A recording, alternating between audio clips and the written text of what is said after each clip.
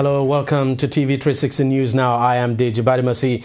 There seems to be a ray of hope in West Africa's fight against the deadly Ebola virus, which is currently ravaging the sub-region. The reason is because the World Health Organization has approved the use of untested drugs or vaccines to treat people infected with the deadly virus. A panel of WHO medical ethics experts who met in Switzerland to discuss the issue ruled Tuesday that it was ethical to use the experimental drugs considering the severity of the recent Ebola outbreak. The team, however, cautioned that the supply of such unproven drugs would be limited. The ethics committee was called after an experimental Ebola drug, the ZMapp, was given to 2 American health workers infected with Ebola in Liberia. Both of them have shown signs of improvement, although it is not certain what role the medication played in this. However, the drug has only been tested on monkeys. And, of course, it has not been evaluated for safety in humans until the case of those 2 Americans. Now, the recent Ebola virus epidemic, described as the world's largest and most deadly so far, has killed at least 1,013 of the more than 1,848 people it has infected in Guinea, Sierra Leone, Liberia, and Nigeria. Here in Nigeria, we have recorded 2 deaths, that of Patrick Sawyer, the Liberian-American man who imported the virus to the country, and the Nigerian nurse who treated him. All those infected by the virus in Nigeria so far actually are 8, and there are actually 8 of them confirmed infected persons being treated who had direct contact with Sawyer. There's no licensed treatment or cure for Ebola. Now, just hours before the WHO approved the use of the untested drugs for Ebola treatment, the Liberian government confirmed it will receive an untested experimental drug, ZMapp. U.S. authorities approved the request from Liberian President Ellen Johnson Sirleaf to send sample doses of the experimental drug to treat doctors infected with Ebola. Liberia is one of the West African countries worst affected by the Ebola virus. It has the highest death toll from the virus. About 5 days ago, President Sirleaf declared a state of emergency in the region due to the severity of the Ebola outbreak. A statement on the presidency's website said the drug would be delivered to the country this week. The 2 U.S. aid workers treated with ZMapp who contracted Ebola in Liberia have shown signs of significant improvement.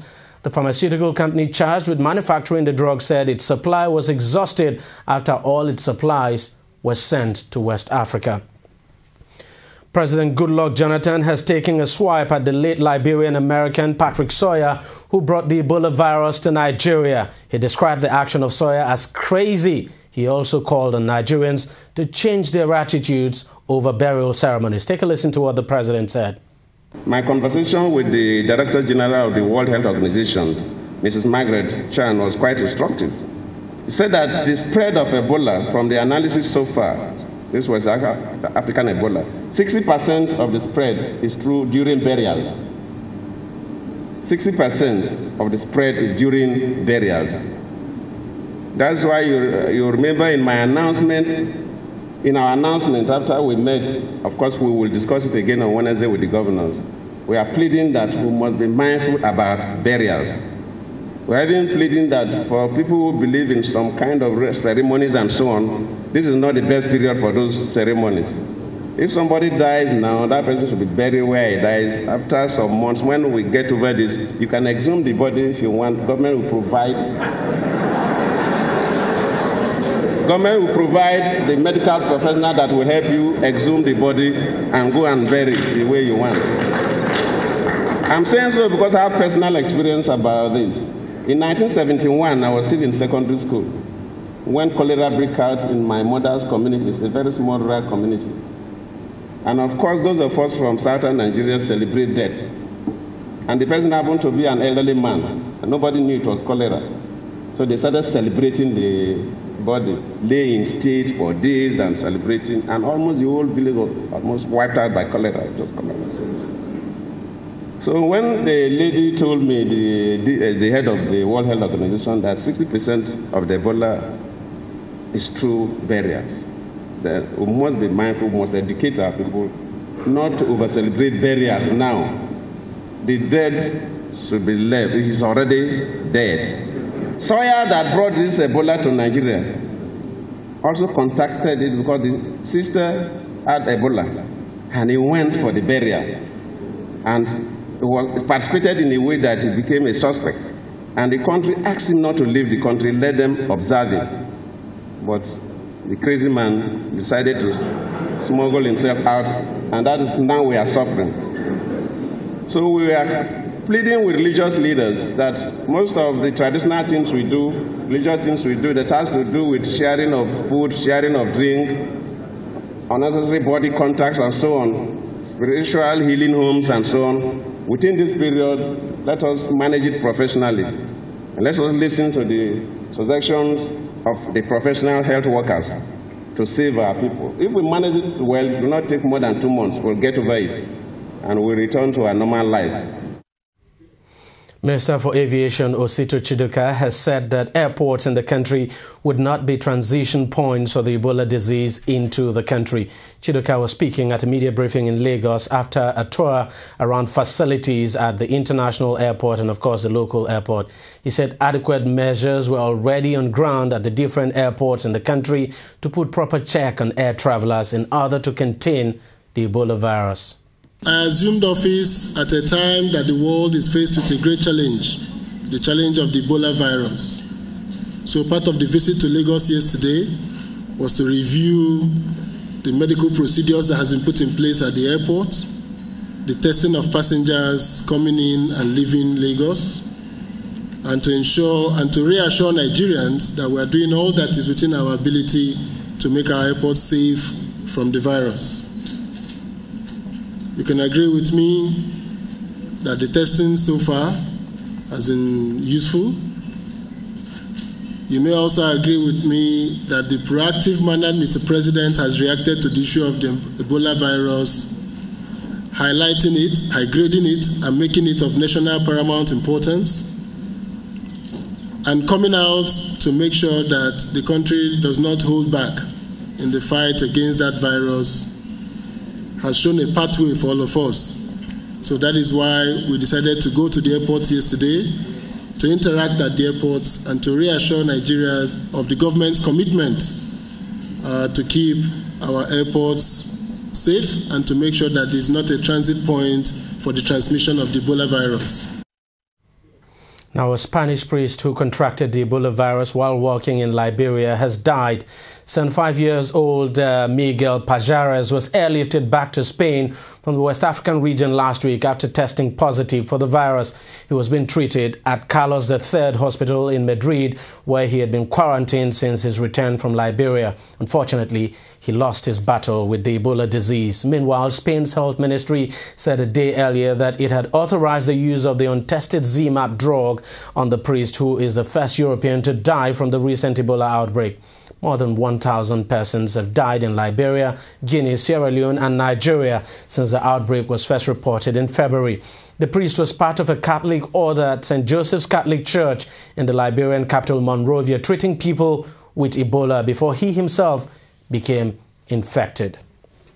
Now, still on the Ebola virus, the Minister of the Federal Capital Territory, Bala Mohammed, has designated the General Hospital in Kuje as an isolation center for persons infected with Ebola. He also inaugurated a 25-man committee to work out modalities for responding to the threat of the Ebola virus and create awareness on the nature and symptoms of the virus. Speaking at an interactive forum in Abuja, the minister said the hospital was chosen because it would be easy for people to access it. He said a ward would be designated in the hospital where suspected cases would be quarantined and be on surveillance. He also advised the 6 area council chairmen to sensitize their people on routine cleaning and disinfecting their hands at all times.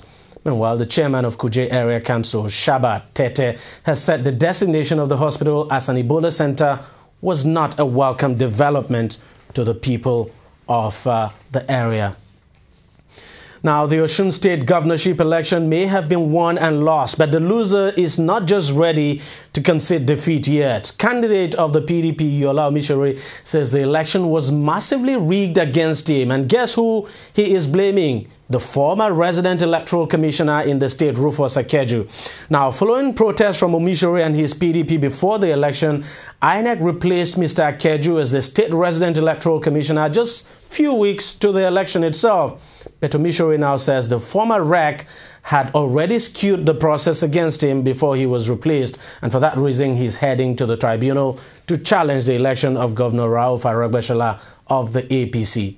Omishore's 292,747 votes was not enough to defeat Rauf Aregbesola, the incumbent governor and candidate of the All Progressives Congress, who polled 394,684 votes to emerge winner. Meanwhile, the Independent National Electoral Commission has put the level of turnout of voters during the governorship election at 54.17%. This was contained in the declaration of results sheet obtained from the website of the electoral body Tuesday. 20 political parties fielded candidates in the election, and the sheet indicates that there were 1,411,373 registered voters in the state. Of this number, 764,582 voters were accredited for the election. President Goodluck Jonathan came under scathing criticism, especially from the opposition and some labor movement, for deploying a huge number of security agents to police the Osun State governorship election. Now, some accounts say over 20,000 security personnel comprising armed soldiers, police, secret service agents, and of course civil defense officers were deployed for election duty in the state, giving the impression of a war situation instead of an election. But the president has been responding to his critics. Take a listen to his defense. I'm surprised that some political parties are advocating that governments should withdraw security during and after elections. What surprised me most is that even some labor leaders are advocating that government should not secure people during elections. And I wonder how short human memories are. We just finished 2011 elections. That's just about 3 years ago, or quite close to 4 years ago. And we knew what happened in Bauchi, that 10 youth corps were slaughtered after elections. We know what happened in Kano. Properties worth millions of naira were destroyed. Some of the people have not built back their houses. We know what happened in Akwa Ibom, where some criminals even have to sever the genital organs of some men in the name of politics. Demons who want to hold political offices. In that kind of a situation, how could anybody who call himself labor leader come publicly to say government should not secure people? I don't agree with them. My promise of free and fair election is clear. All governorship elections that have been conducted so far, you can agree with me that it has been free and fair. I am from PDP, the ruling party, but I don't use that strength to make sure that PDP must win by all means. PDP have lost election in Edo State, we lost election in Anambra State, we lost election in Ondo State. Of course, only 2 days back, we have lost election in Osun State.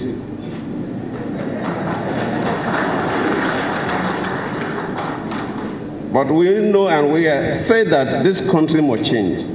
The kind of elections we had in the 60s that led to the crisis in the West, that threatened the sovereignty of this country, cannot come up again. Well, President Jonathan there responding to critics of his decision to deploy huge security personnel to actually provide security for the Osun State governorship election, which of course was won by the APC. Now, the Independent National Electoral Commission Tuesday refused to attend a federal high court Abuja hearing of a suit filed by the former deputy governor of Adamawa State, Bala Ngilari, seeking an order of the court that he be sworn in as governor of the state. Ngilari's lawyer, Festus Keyamo, who said INEC had been served with the court processes, told Justice Adeni Ademola that the electoral body was likely to be careless about the matter. The lawyer also told the judge that he had filed a further affidavit reporting to the court that the acting governor of the state, Amadu Fintiri, had written a letter to INEC calling on the commission to conduct the governorship by-election as quickly as possible.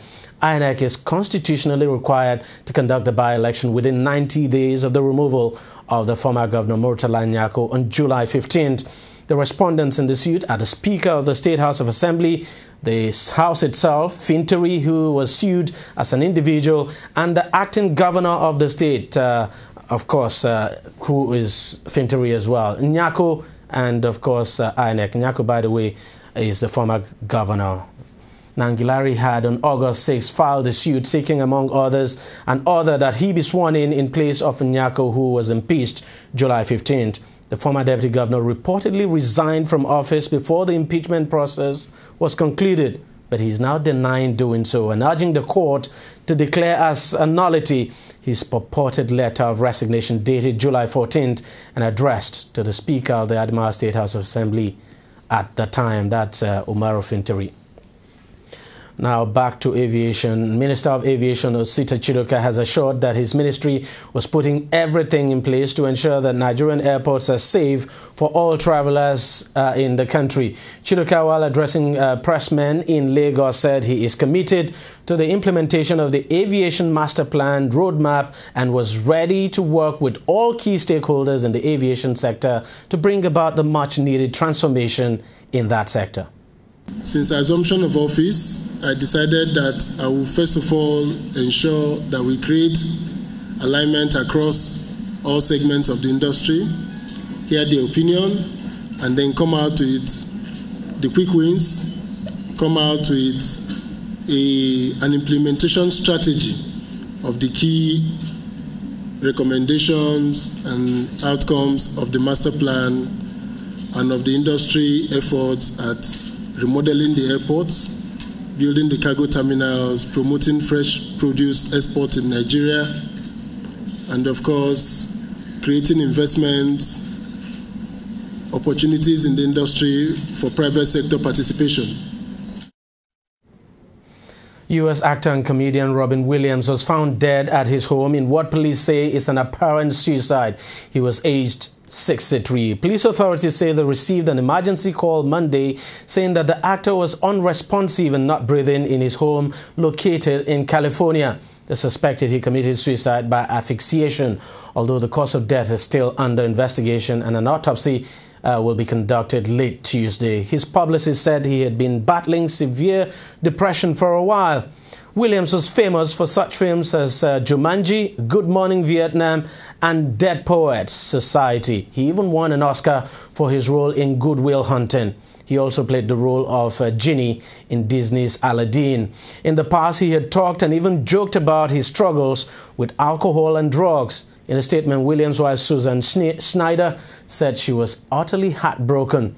President Barack Obama was one of many offering condolences to the family of the actor whose death shook Hollywood. He is survived by his wife and 3 children.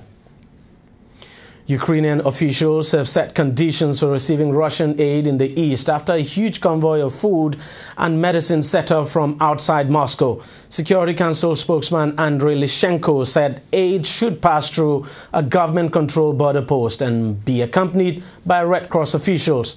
There are Western concerns that Russia is using humanitarian assistance as a pretext to invade eastern Ukraine.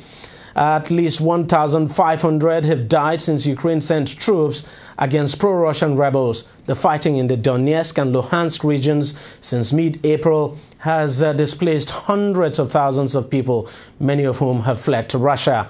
The Red Cross says it still needs more security guarantees and information about aid convoy in that country. And to some sports, Legia Warsaw has formally appealed against the decision to expel them from the Champions League. The Polish champions were kicked out of the competition after fielding an ineligible player. Legia won the third qualifying round tie 6-1 on aggregate, but brought on Bartosz Berezensky in the second leg while he was supposed to be suspended. As a result, Celtic were handed a 3-0 walkover win for the second leg, taking them through on away goals. UEFA confirmed they have received the appeal. Over the weekend, the Polish side called on the Scottish champions to agree to a rematch, but of course that was declined. Meanwhile, Friday's draw went ahead with Celtic paired against Maribor in the Champions League playoffs, while Legia was dropped in the Europa League. Now to something quite interesting. Nigerian singer Nice, whose real name is Abolore Akande, has somewhat declared his ambition to run for the House of Representatives seat for Ogbomoso North South Orire Federal Constituency of Oyo State in the February general elections of 2015. The music star, who has been away from the music scene for quite some time now, did not reveal which political party he will be contesting under. Nice is the latest entertainer to declare his intent to run for elective office come 2015 general elections.